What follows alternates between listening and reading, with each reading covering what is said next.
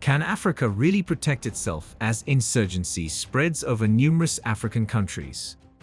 African countries are standing strong against the impending threat. To retaliate, Burkina Faso is even creating drones. However, is the West intervening in this conflict? And is Africa capable of handling it on its own? Let's investigate. Burkina Faso is making progress in putting a stop to African insurgencies, and without assistance from the West. However, how is the situation in Africa right now? We are not discussing isolated events or fringe organizations producing small trouble when we discuss insurgency in Africa today. What we're seeing is the development of insurgency networks into extremely well-organized, dangerous organizations that not only cause regional instability, but are now entangled with international terrorism. The continent has a long history of insurgency, especially in regions like the Sahel, a vast area that spans West and Central Africa, where insurgent groups have taken refuge due to inadequate infrastructure, porous borders, and poor government. The historical and geographical circumstances of Africa are largely to blame for the issue. European colonial powers drew the current borders in the late 19th century without taking into account the various ethnic, cultural, and religious communities that called the continent home. As a result, countries were split apart from the beginning and have had internal conflicts that have only become worse over time. For instance, Nigeria is one of the most powerful nations in Africa, but insurgency groups continue to thrive in its northern region. The economically underdeveloped and largely Muslim northern portion of Nigeria has long served as a breeding ground for insurgency ideology. What distinguishes insurgency in Africa from other regions of the world, such as Southeast Asia or the Middle East, is how these tribes have adjusted to the distinct topography and socio-political climate of the continent. For example, the Sahel provides ideal conditions for rebel groups to conceal, reorganize, and traverse borders with minimal interference due to its harsh environment and large, thinly populated areas. In these isolated regions, governments frequently have no presence, which allows insurgent organizations to freely operate. It is also impossible to overlook the Sahelian economy. Millions of young people in this area, which is among the poorest in the world, feel gloomy due to unemployment and a lack of education. Mali's insurgent organizations capitalize on these grievances by providing a twisted kind of salvation. Many young men are motivated to join an insurgent group by the prospect of food, money, and a sense of purpose rather than by religious passion. In this regard, Africa's insurgency is a problem for the continent's economy as well as its security. However, this is where the situation becomes even more intricate. For many years, France maintained a military presence in the Sahel as part of Operation Barkhane, which sought to stop the expansion of terrorist organizations in the area. The presence of foreign troops has frequently sparked animosity among the local community, despite the French government's intention to stabilize the area. Many Africans perceive Western intervention as a continuation of colonial domination rather than as a stabilizing influence. Taking advantage of this feeling, insurgent organizations have positioned themselves as champions of African sovereignty in opposition to Western imperialism. Many disenchanted communities have found resonance in this potent story. Even worse, Western military actions have frequently not addressed the root causes of poverty, corruption, rebellion, and the marginalization of particular populations. Rather, they have concentrated on military fixes, which might put an end to insurgent organizations for a while, but don't do much to alter the circumstances that gave rise to them in the first place. Despite years of foreign interference, this is a major factor contributing to the strength of insurgency groups. African countries are starting to wonder if Western intervention is making a difference or if it's time for the region to act alone in light of this worsening catastrophe. In an effort to resist insurgency, nations like Mali and Burkina Faso have already taken steps to lessen their dependency on outside forces. However, there remains a long and challenging journey ahead. Can the continent's insurgency be put a stop to by African unity? Add your voice to the total liberation of Africa by leaving a comment in the comments section below. Do not forget to like and subscribe for more informative videos like this one. Let's proceed.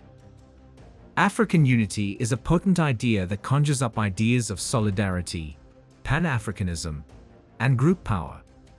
This concept dates back to the age of liberation struggles, when African countries attempted to break free from colonial restrictions and forge their own course. Can unity, however, be the solution to insurgency? Can African countries, which are so different and frequently split along national borders and by internal strife, actually unite to address one of the biggest problems facing the continent? It's critical to first clarify what we mean when we talk about togetherness. Unity in the fight against insurgency requires more than just military partnerships or political cooperation. It's about a common future vision in which African countries work together, not only because they have to, but also because they share a same goal. In order to achieve this kind of unification, African nations would need to coordinate their strategies, exchange intelligence, and establish a framework for collective security in addition to pooling their resources. It's a challenging task, particularly in light of the fragmented status of many African countries today. Consider the continuing Sahelian violence, for example. In order to fight these threats together, Burkina Faso, Mali, and Niger, all countries afflicted by insurgency violence, formed the Alliance of Sahel States. This is encouraging because it shows that African countries are starting to take charge of their security problems instead of depending entirely on outside forces. With the belief that a united front will outperform disparate national efforts, the AES seeks to establish a coordinated military response to rebel groups. Nonetheless, there are a number of barriers to continental unity. For starters, many African countries have severe internal divisions as a result of the borders established by colonial forces. These borders frequently straddle ethnic and tribal divides, resulting in countries where even national unity is challenging to attain. Nigeria, for instance, has nearly 250 ethnic groups living there, many of which have long-standing complaints against the national government. Achieving continental unity appears unattainable in such a situation. However, internal conflicts are not the only difficulties. The legacy of foreign meddling must also be addressed in order to maintain African unity. In order to solve their security concerns, African countries have long depended on foreign military assistance and involvement, especially from Western powers like the United States and France. At this point, the possibility of African unification presents both a problem and an opportunity. African countries may be able to escape the cycle of reliance on outside powers if they can unite not only militarily but also politically and economically. A positive step is taken by initiatives such as the African Continental Free Trade Area, which seeks to establish a single market for products and services throughout Africa. The continent might lessen its dependency on foreign aid and generate the kind of economic growth that tackles poverty, unemployment, and inequality, some of the main causes of insurgency, by increasing intra-African trade and economic cooperation. However, economic cooperation won't be sufficient on its own. Enhancing governance and tackling the socio-political causes of insurgency must also be priorities for African unification. Insurgent organizations are more than glad to fill the void left by weak institutions, corruption, and a lack of accountability in many regions of Africa. African countries must make investments in creating robust, open institutions that can offer the security and services their populations require if they are serious about putting an end to the insurgency. African leaders' willingness to make the tough decisions required for substantive change ultimately determines whether or not African unity can put an end to insurgency. It won't be easy to achieve unity, and it will take time. However, African nations may be able to establish a new paradigm for stability and development on the continent if they can set aside their differences, cooperate, and accept responsibility for their future. The question now comes up: can Africa fight insurgency without the assistance of Western countries if it banded together? And should it, perhaps more crucially, we must carefully examine the intricate dynamics of Africa's relationship with the West and the prospects for a future independent of outside aid in order to provide answers to these issues. Western countries have been actively interested in African affairs for a long time. For instance, France has kept up a robust military presence in its old West African colonies. The French military has played a significant role in the battle against insurgency in the Sahel with operations like Serval and Barkhane, carrying out counterinsurgency activities and educating African military personnel. In the meantime, through programs like the Trans-Sahara Counterinsurgency Partnership, the US has contributed a substantial amount of money and logistical assistance. Without a doubt, these initiatives have contributed to stopping the growth of insurgent organizations. However, there are a number of issues with this reliance on Western involvement. Some African countries have started to resist this pattern in recent years, aiming to investigate alternate partnerships and lessen their reliance on Western countries. For instance, nations such as Burkina Faso and Mali have taken action to separate themselves from France, even removing French soldiers and pulling out of regional security alliances like the G5 Sahel Joint Force. African countries' increasing willingness to express their independence and take charge of their security concerns is reflected in these actions. Can Africa, however, really endure without Western countries? Africa has the capacity to stand alone, on the one hand. With enormous deposits of minerals, oil, and gas, the continent is abundant in natural resources that might support economic expansion. Greater economic cooperation among African countries is already being facilitated by initiatives such as the African Continental Free Trade Area, which lessens the need for outside trading partners.